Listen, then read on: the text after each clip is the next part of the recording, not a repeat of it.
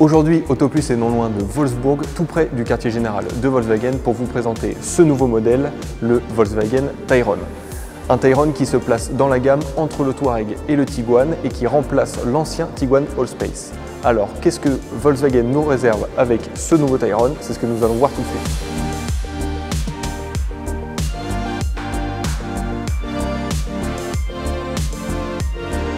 Le Tayron mesure 4,77 m de long, ce qui en fait un des SUV les plus grands de la gamme de chez Volkswagen. À titre de comparaison, il mesure 5 mm de plus que l'actuel Renault Espace. Et comme vous pouvez le voir, avec ses jantes de 20 pouces, il est quand même assez imposant.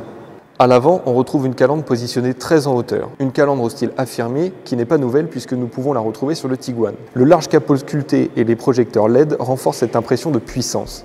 Et en option, vous pouvez même avoir les projecteurs matriciels HD IQ Light, la même technologie qu'on retrouve sur le Touareg. Si le nouveau Tiguan a un regard plutôt agressif, celui du Tayron est beaucoup plus conventionnel.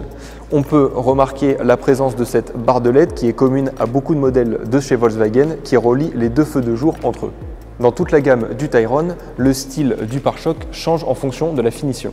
Ici, sur la version Airline, on a des éléments en noir brillant pour un look encore plus sportif. Vous pouvez aussi opter pour un pack d'options Black Steel qui ajoute encore plus de détails noirs sur toute la voiture. De profil, la ligne de toit fuyante et les passages de roues musclés donnent vraiment un caractère à la silhouette de ce Tayron. Les designers ont même ajouté cette partie qu'ils appellent une crosse de hockey qui vient asseoir toute la ligne de la voiture.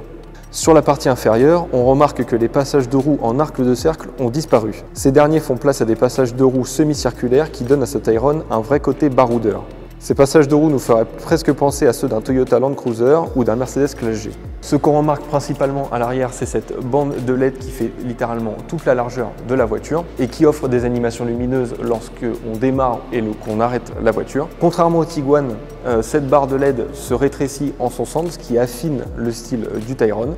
On remarque également une signature en forme de X, comme ce qu'on peut retrouver sur le T-Cross.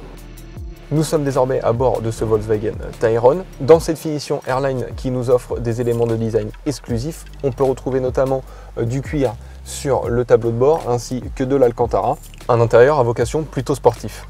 La sellerie qui équipe cette version est faite d'un mix entre cuir, Alcantara et tissu. Quant au poste de conduite, il est ultra connecté. Face au conducteur, vous avez un écran de 10,25 pouces où sont retranscrites toutes les informations liées à la conduite.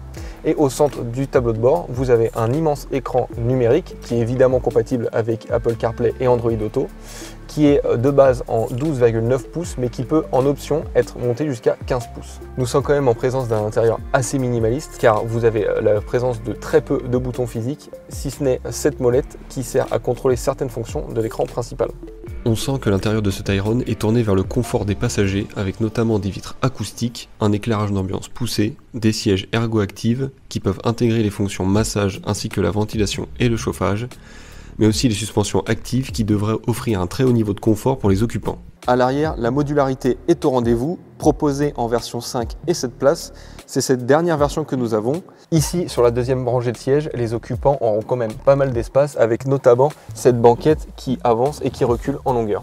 Concernant la troisième rangée de sièges, comme vous allez pouvoir le constater, ce n'est pas fait pour les grands gabarits. Cependant, ça conviendra parfaitement aux enfants. Comme vous pouvez vous en douter, avec ce genre de gabarit, le coffre peut être très spacieux. Lorsque la troisième rangée de sièges est dépliée, vous avez un volume de coffre de 345 litres. Cependant, une fois que vous rabattez cette troisième rangée de sièges, vous avez 850 litres et vous pouvez même avoir en configuration maximale 2090 litres. En France, 4 motorisations seront disponibles sur le Tayron. En essence, vous aurez 3 hybrides dans la gamme. Tout d'abord, vous aurez une version micro-hybride baptisée iTSI développant 150 chevaux qui embarquera une petite batterie de 48 volts.